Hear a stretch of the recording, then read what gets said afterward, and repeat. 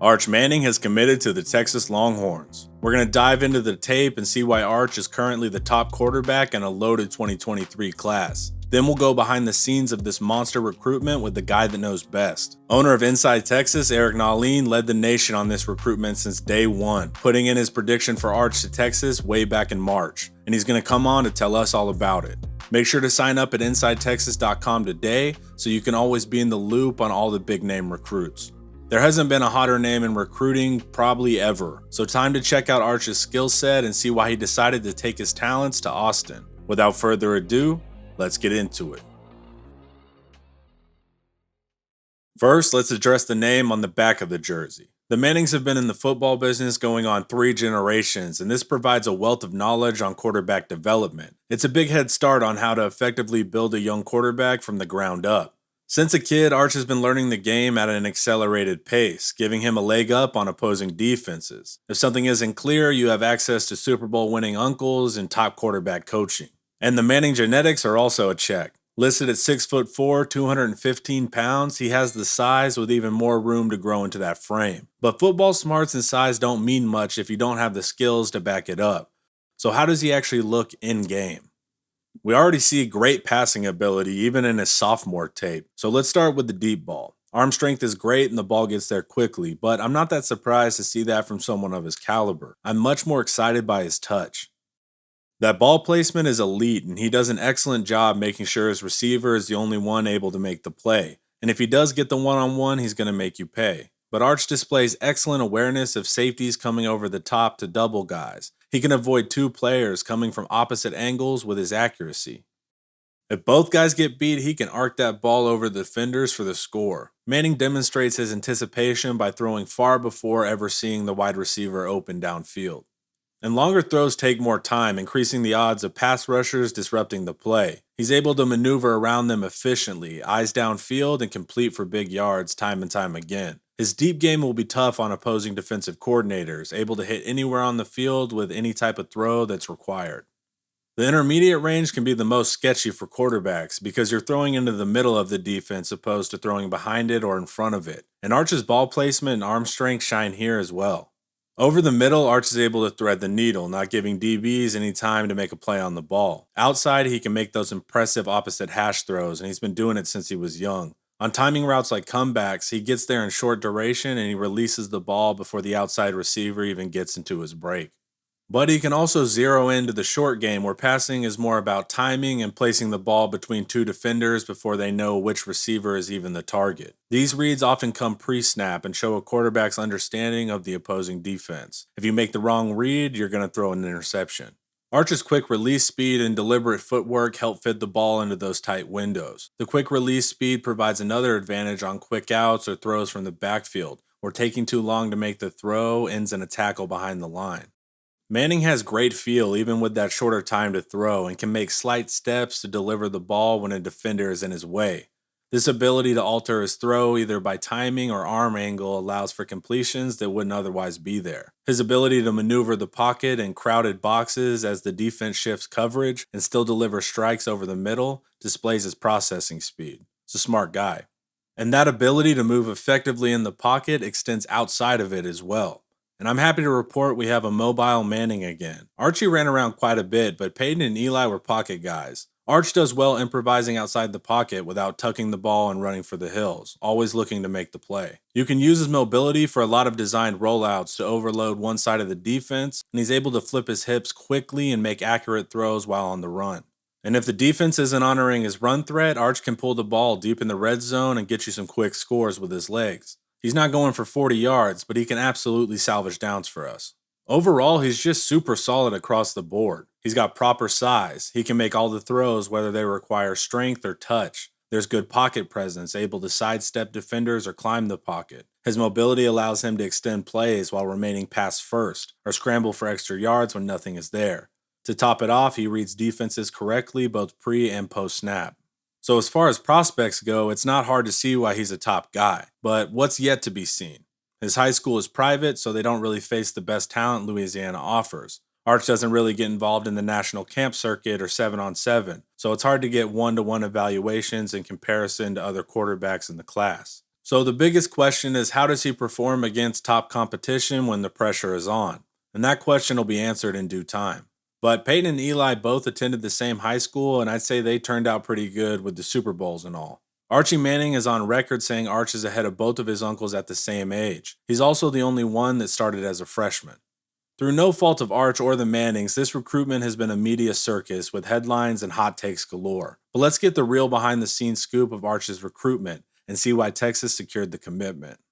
Eric, welcome back. And you were out in front of this Arch recruitment from the jump. You're even the first to put in a prediction to kind of prove that confidence. So, when did you first start seeing this could be a real possibility? Yeah, I think a lot of people were surprised by my confidence, but it stems back to my familiarity even before Arch was just kind of lightly recruited and just becoming known when he's a freshman. I wasn't aware of him until I had a good conversation with one of my contacts in Dallas. He had a lot of keen insight into the Manning family, and that's when he sat me down and kind of told me the whole story about Cooper almost went there, Eli almost went there, May almost went there. We were watching that May where May was going like it was recruitment behind the scenes. We were laughing, texting back and forth. It was going to be Texas until she got into a really prestigious program at UVA. Her mother went to UVA. It was in fits and starts. I wasn't taking it all that seriously because Tom Herman was the coach, and I didn't think that was going to be the right offense for him. But, I knew that the school checked a lot of boxes for the family. And so once Steve Sarkisian was hired, I really took it to another level. And I braced the board. I said, they're going to go after Quinn Ewers, but if that doesn't work out,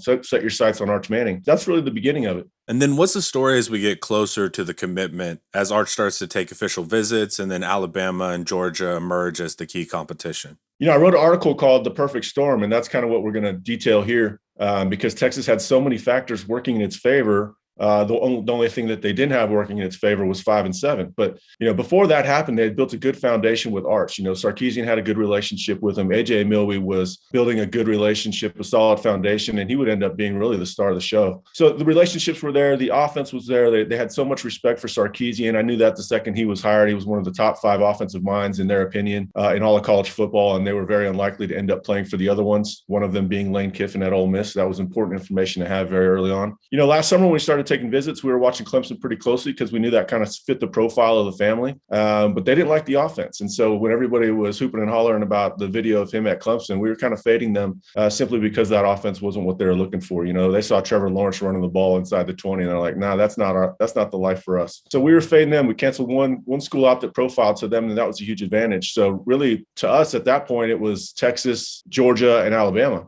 At some point, Alabama was overtaken by Georgia. Alabama was seen as too much of a football factory, and Georgia kind of had the elements that Alabama is known for, but also some of the campus life aspects that favored Texas. It would become a Texas-Georgia battle in the spring, and that's when I put in my prediction for Texas. I really felt confident, even after 5-7. Of course, there were some hiccups along the way with that season. You mentioned last season's record. So what was the key to overcoming 5-7 with Arch? Well, the season took a turn for the worst. It started with the Oklahoma game, which is hard to relive. And then, Arch was set to visit the next weekend. On 3, asked us to put in predictions, and I put one in for Arch at 75% confidence. And I said, man, it's brutal that you guys are making me do this before the game rather than after. And, of course, that was another unfortunate loss, and we know how the story goes from there. So now we have to recalibrate. Okay, look, the Mannings love Texas. This sets up very well for UT, but how likely is it they'll commit to a team that struggled so much down the stretch? And so we went back to investigating that, and we knew how important the recruiting finish was going to be. We detailed that very closely on Inside Texas. The offensive line was a huge part of it. So when those big blocks started falling, Kelvin Banks, Cameron Williams, later Devon Campbell announced later, but I think the Mannings knew probably as soon as Steve Sarkisian that they were getting Devon Campbell, because that's how important the offensive line was. Look at that family. You've got all these quarterbacks, and those guys have taken a lot of hits in their careers, and they know for Arch to maximize, he has to have some pieces in front of him. So that was huge. And 5-7 threw us for a loop for a minute. I never really tailed off my confidence, but I definitely told the board, hey, look, we've got to go back and investigate and hit our sources up again. And after the recruiting finish, we still felt good. They went 5-7, but let's see where it goes from here. And the longer it played out, the more you knew Texas was the favorite. They could have committed to Georgia 5 minutes after the national championship, and they didn't do it. This recruitment was handled with a lot of class by the Mannings. There was no publicity seeking or gamesmanship, but due to that, we don't get to hear much from Arch himself. So what is it about Arch's personality that drew him to Austin?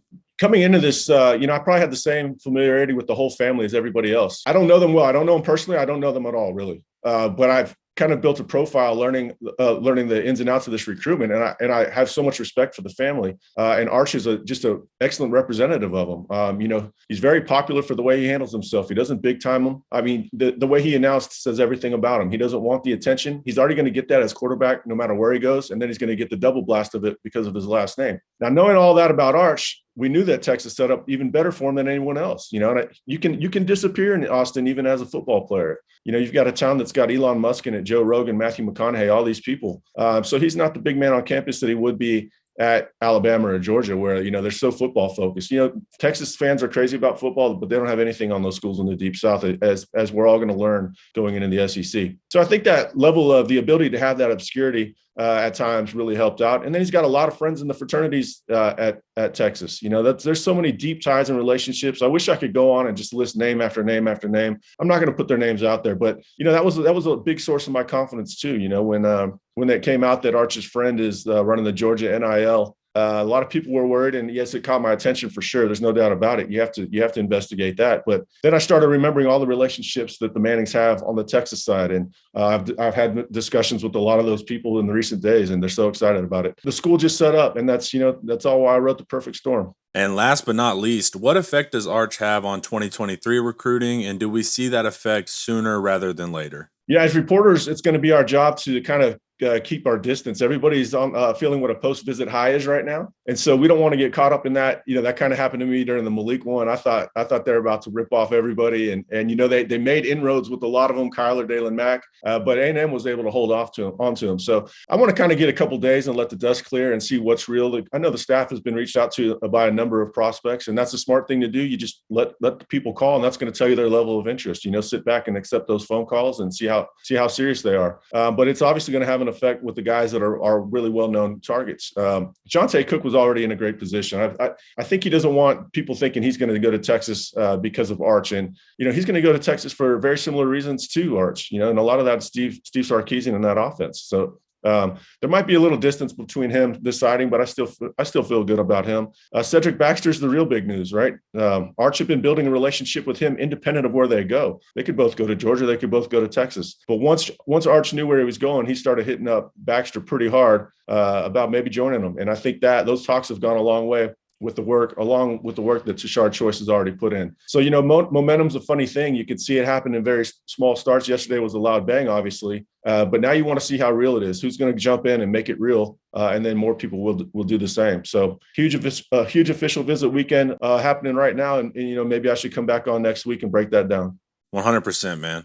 And Inside Texas coverage was awesome throughout the whole Arch recruitment. So please tell the viewers where they can go get more inside information on recruiting. Yeah, come to InsideTexas.com. I got a lot of credit for getting the story right, but really it was a team effort, very similar to what it was at Texas Landing Arch. It was a bunch of us sharing information and trying to make sense of it. It's a great community. It's very funny. I was laughing at some of the threads this morning. We've got a great special right now. It's $1 for 4 months. That'll give you a chance to see that we cover much more than recruiting. That'll get you into August, where we're breaking down practice reports and stuff like that. It'll even get you into the season a little bit to where that you can see our coverage, our previews, our reviews. Every guy has a specialty. We're just an amazing team of complementary parts. So $1 for 4 months. Come give us a shot. Awesome stuff, man. And that's a wrap on Eric Nahlin. Make sure to sign up over at InsideTexas.com for top coverage on your favorite program. Thanks for hanging out. Watch some more of my videos here. And don't forget to like, subscribe, and share if you want to support quality Texas content.